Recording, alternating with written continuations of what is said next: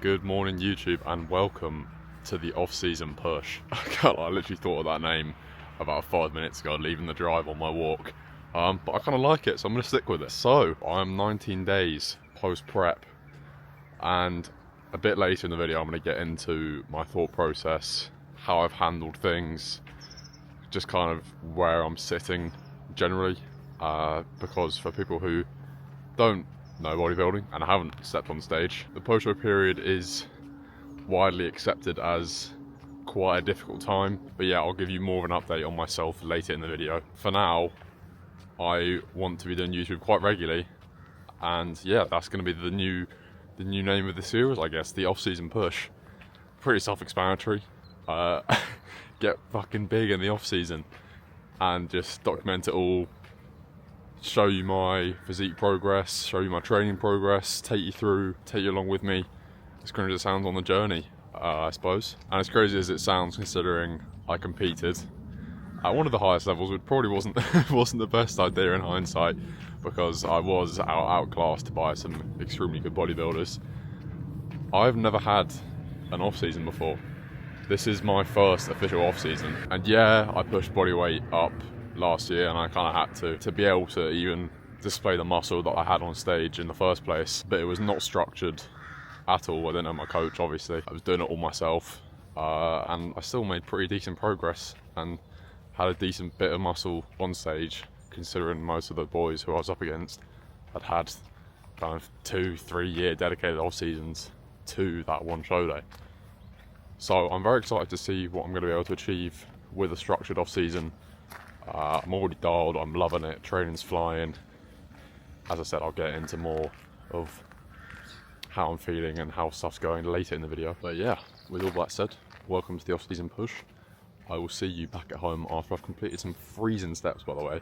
A bit zesty, but I'm wearing gloves because it is, I'm still, I'm using the excuse that I'm still so lean from prep that I'm freezing all the time, but it's not that, it's generally just really cold. Hashtag locked in, bro. Out here getting my steps in, it's freezing. Yeah, anyway, I'll see you back at home for meal one. Right, meal number one, going down, the pre-workout meal. Quite possibly, I don't know, oh, that's my air fryer going off, doing some meal prep for tomorrow. Quite possibly my favourite meal of the day, but you'll see some more meals later. Some of the other ones also do bang. But anyway, let me show you this masterpiece. So it's very simple. You've got 120 grams Trained by JP custard cream, 25 grams of the 100% dark chocolate Montezuma's, get to know, 100 grams fresh blueberries, and then 50 grams frozen raspberries, because I kind of like the crunch and the juicy freshness kind of combination. And then, the best bit. Woohoo! 1 scoop of jammy biscuit from Perform, and drizzle that all on top. And then I've also got my allocated salt from the day, so I'll just kind of take a pinch and put it over. Currently got 1 gram of low salt and 5.5 grams of pink salt for the day. And then it's kind of difficult to do it with one hand. I might have to do this off camera. But yeah, that's the pre-workout meal. And we have got an upper session going down today at my new gym, which you will see. I don't know if you've seen on my stories, but it's a bloody good gym and I'm loving training there, and training's flying at the moment. So yes, I'm going to tuck in to this masterpiece. Right, we have just pulled up to the South Deads Mecca, aka Iron Body's gym. I've been training here for about 3 weeks, so literally a couple of days post-show I moved from Pure Gym, and oh my god, the training experience is just like, I don't know if it's because I've been so used to training in a commercial gym, but it is just out of this world, like miles better. Towards, obviously, on prep, you kind of end up loathing training, and I know like you shouldn't, and that might just be a me thing, but your drive to train is so low, and you just don't look forward to sessions because they're always shit sessions, and you don't progress, and you don't feel good in them. And the pumps don't exist, and you feel like you look flat and small and skinny. But I'm coming here, my drive to train is through the roof, and I just cannot wait to get in and just move some weight about. And the kit is unreal. I don't think I'm going to do a mic'd up session today, but I might throw up a few training clips from today's upper session. I'm running upper lower 4 day a week. Haven't changed it from prep just because I quite like it. Having a nice 2 rest days on the weekend, and the recovery capacity is still pretty low. So we're sticking with 4 days a week. Upper lower rest, upper lower rest, rest. But yeah, I'm gonna get in there. Okay, we're going for a plus 20 kg progression on the Atlantis flat press this week, which might be a bit stupid, but we'll see how it goes. Aiming for at least 5 reps, keeping it RAR2, but yeah, we'll see how it goes, I suppose.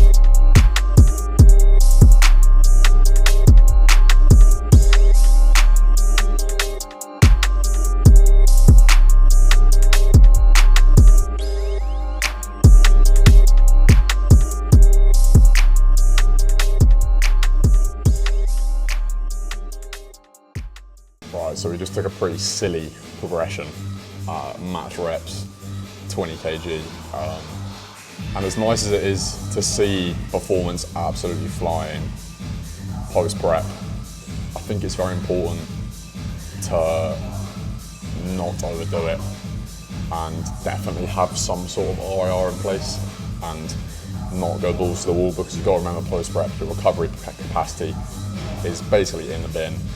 So you've got to strike a balance between trying to push that performance up and enjoying training again, but also not absolutely ruining yourself. So yeah, that's just something to bear in mind if you're coming off post-show, post-prep. Enjoy training again, start getting the performance flying, because obviously you know how difficult it is if you've been on prep, having shit sessions for basically 4 or 5 months straight, feeling like absolute shit.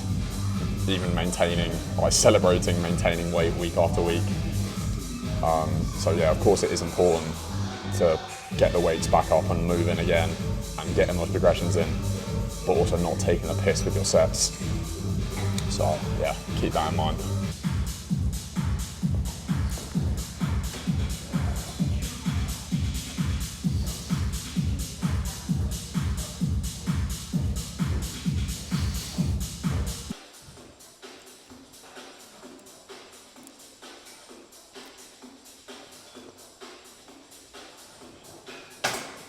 Yeah, I kind of lied. This has very quickly turned into a mic up session.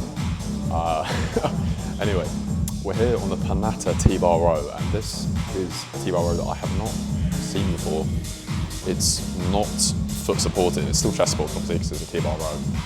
But when I say foot supported, it's not elevated.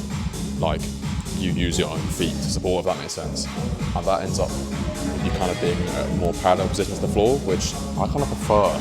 It just allows me to kind of get more scapula traction, if that makes sense, than a kind of more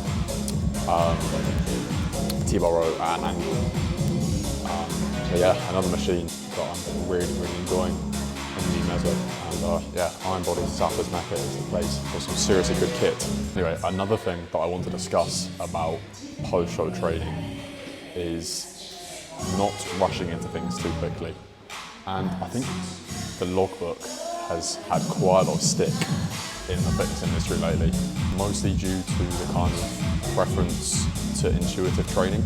And I think there definitely is a place for intuitive training, kind of more so in the field of more advanced lifters. And I wouldn't call myself an advanced lifter yet, but I think especially beginners do struggle with the aspect of intuitive training. I do think there is a place for intuitive training post-show, and obviously you want to see those numbers running up.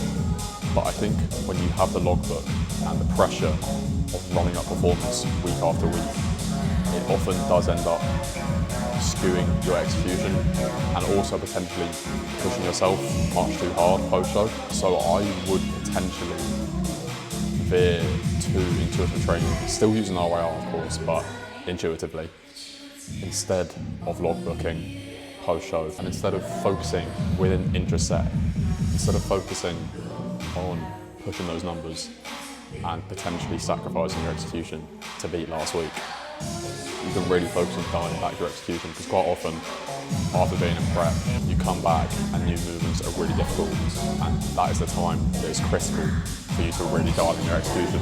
So yeah, potentially if you're coming off post-show, think about dropping the logbook, even if it's just for 3-4 sessions. Get back to the feeling of training hard and training properly. Make sure all new movement patterns in your new meso are dialed in and your execution is there, and that's going to allow you to progress more and more in the off season, and then you can bring back the logbook. The only thing about this thing is it's incredibly hard to strap in, but once you are in, you feel so bloody stable and it feels super nice, and the pad thing is just really good, because often on T-bar rows I find myself, I don't know, getting the air squeezed out of me, but on here it's fine. I think maybe that is again due to the angle of this. It's much nicer because it's got sort of more power. Anyway, I'm gonna stop yapping and actually fucking do my set.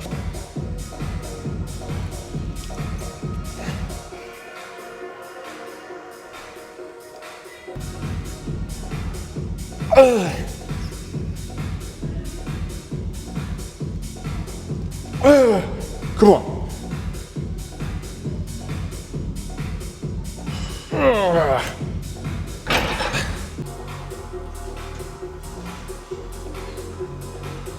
Anyway, I do not want this YouTube video to drag on too long, so I'm probably going to leave the training clips there. Oh my god, voice crack, what the hell. So I've got a pin-loaded shoulder press, hammer curl, and then a machine tricep extension to go, and then 20 minutes cardio, nothing too crazy. But yeah, that'll be the session wrapped up. But as I said, don't want the video to drag on for too long, so I'll probably start recording again while I'm in the car having my delicious post-workout, which you might be quite weirded out by, but I will explain my reasoning.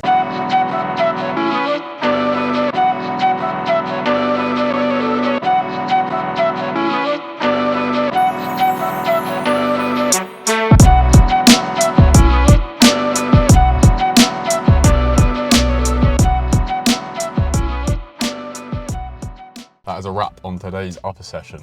I cannot tell you how good it feels. It sounds cringe, but it's genuinely like a privilege to be able to go in and be able to move some weight and just feel good and feel like I can really just transfer some force into my lifts. Because yeah, the difference to prep is just unreal.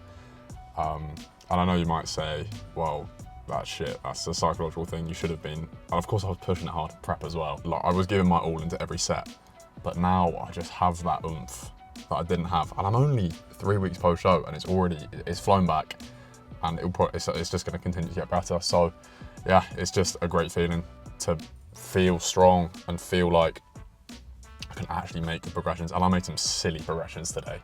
Silly progressions, like massive, like increase weight, increase reps. Just beautiful stuff. But anyway, this is not what you're here for. You're here for the food. So before we get to that, my new gym is around a 50-minute commute, which is far. It is far, but it's worth it. It's really worth it.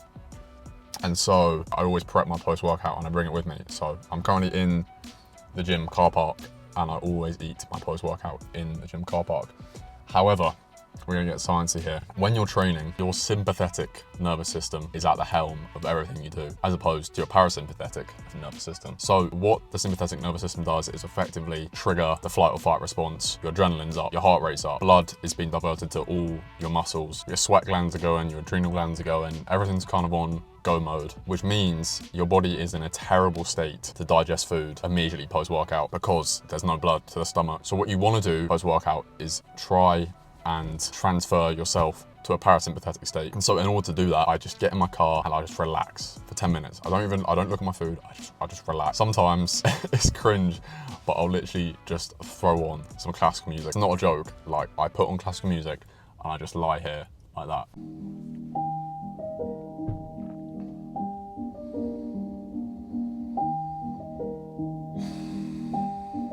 And I just take deep breaths and I chill out. I know you're gonna be like, what the hell is this guy doing? But it really helps. It just gets your heart rate down helps your body to transition to that parasympathetic state. Just, yeah, chill and get your body in a correct state to digest food. But now, onto the food. I'm afraid this is quite a boring meal. It's probably my least favourite meal of the day, even though, I mean, I say least favourite, it's still bloody delicious. Anyway, I've got 100 grams of kale and 40 kimchi. And again, getting all sciencey, I like to have a little bit of fibre. This isn't the post-workout meal. There is another element to it. But I like to just kind of have a few mouthfuls of this to kind of prime the body, give it a bit of fibre, say we're about to eat. And then, move that over there.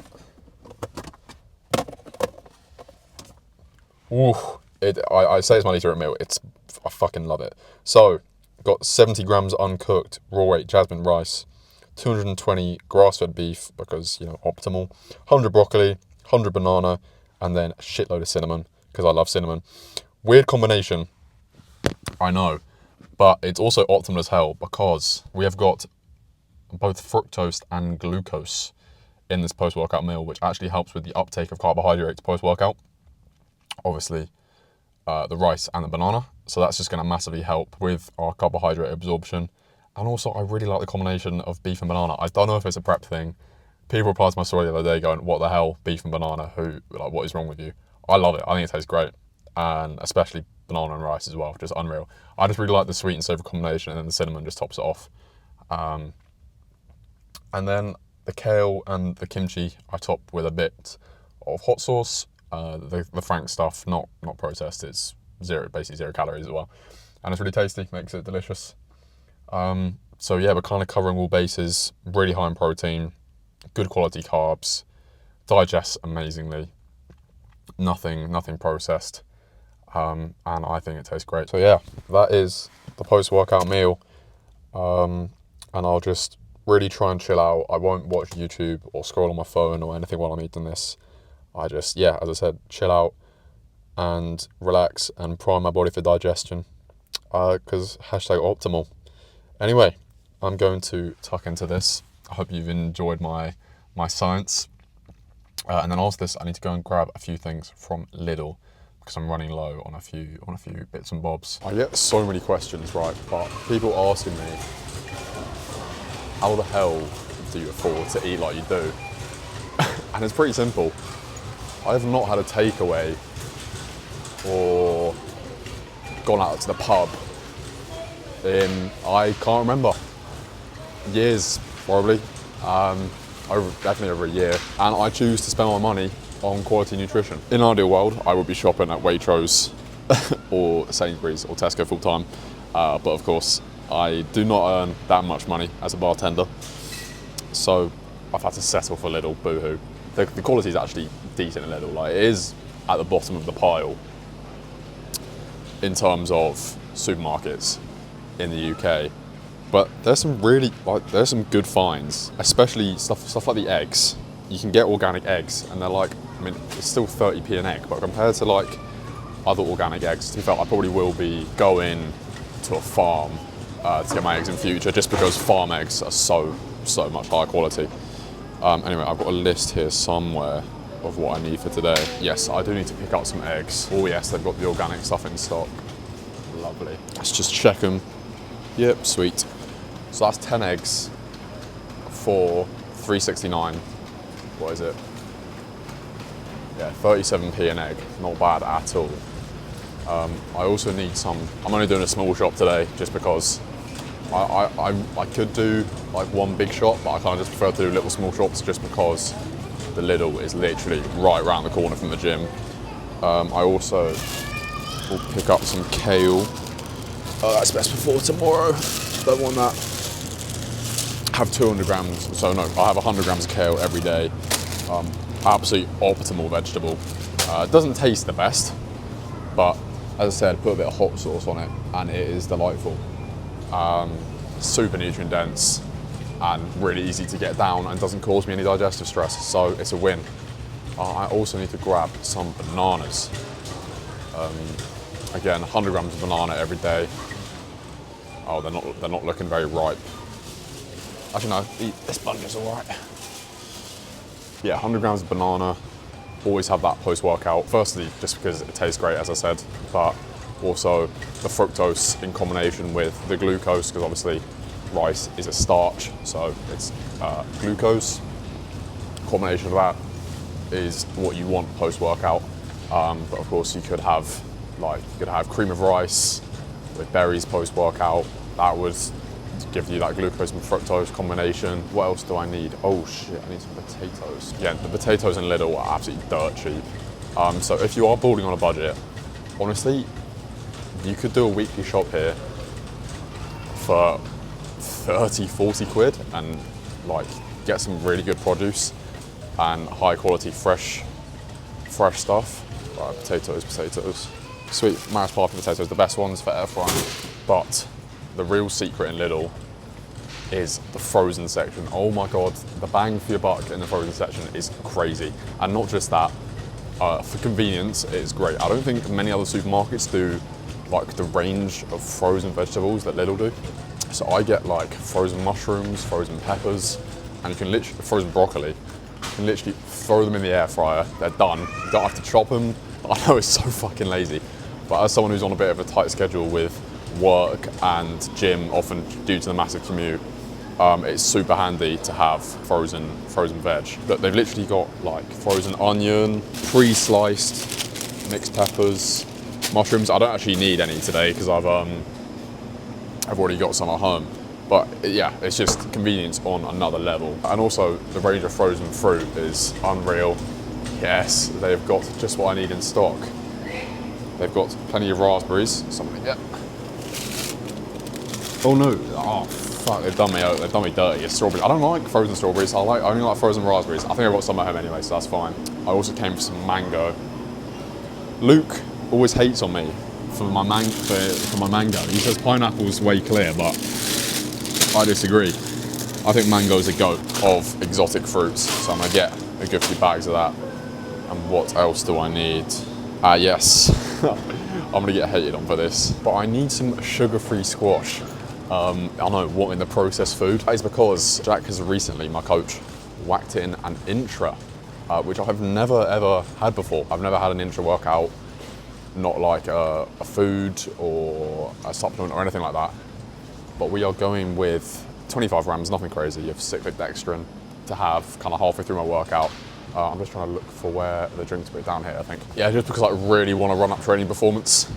So yeah, we're just gonna have 25 grams unflavored cyclic dextrin just to keep costs down, because you can get like flavored kind of performance fuel trained by JP and what's the other one? Is Conviction Conte? No, that's the pre-workout. I've forgotten what the intra workout from Conte is, but yeah, I'm getting the unflavoured My Protein one. I think it's arriving tomorrow, and unflavoured cyclic dextrin tastes like absolute shit. So I'm gonna get some zero sugar squash just to mix in with it.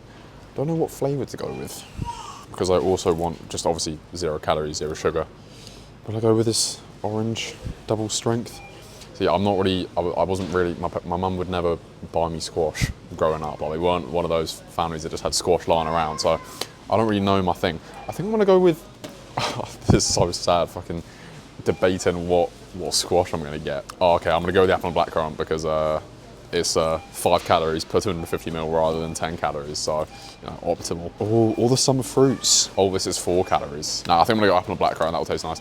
Anyway, it doesn't really even matter because cyclic dextrin, you literally just want to get it down the hatch. So that's a bit sus. You just want to get it down the hatch as soon as possible. Like, you don't sip on it, so it doesn't really matter too much about flavour. But obviously I don't, it's a little bit like, obviously creatine's fine, but yeah, I just didn't really want to have to suffer 25 grams of cyclic dextrin and a flavour in my water, so this will make it bearable. Some apple and blackcurrant, sugar-free squash. And I believe that's everything. So quite a small little shop, but important nonetheless.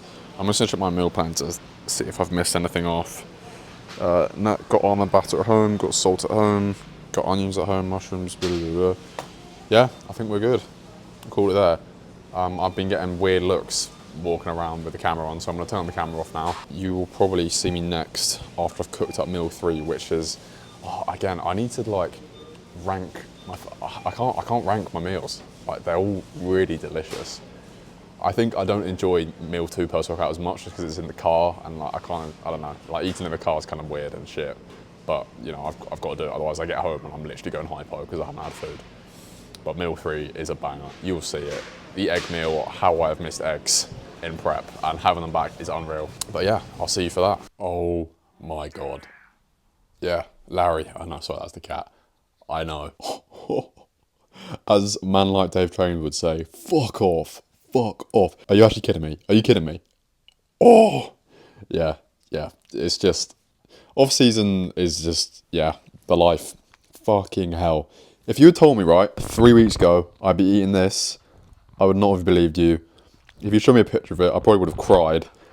Yeah, just, I mean, how, like, I don't get, actually no, I do get it when people say they can't eat healthy, right? Or they don't enjoy healthy eating because, yeah, it's difficult in this day and age. But look at this, right? This is like one of the healthiest meals you could eat. White potato, a shitload of veg, fermented food, kimchi, and 3 eggs. Like, the macros and the micros of this are ridiculous. And it tastes amazing. So, yeah, I can't lie, like, get an air fryer because, like, you can make literal fries. They taste better than the real, like, McDonald's fries. They taste better than it. And it's healthy. Like, you're eating chips and it's healthy. So, yeah, I might have to drop a recipe for this one because this sauce is ridiculous as well. And I'll definitely do an air fryer potato tutorial.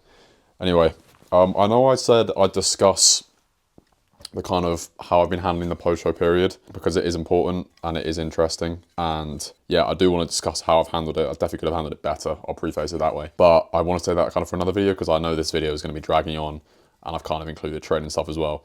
So I'm probably just going to eat this and also just film up my final meal because the final meal is also a banger, you know it. And then leave the video there and kind of leave the post-show discussion for another video because I've already like had a good chat to you guys and talked about post-workout and all the sciencey shit as well. And I had a fucking yap in the supermarket as well. So this video is definitely going to have dragged on. So yeah, I'm probably just going to leave the video at my meal 4 final meal and I'll discuss post-show and food and that kind of stuff in the next video. But I will see you for meal 4. I'm going to enjoy this, but I'm telling you right now, I'm still looking forward to meal 4 as well as this because meal 4 slaps. I was going to swear then, but I need to stop swearing.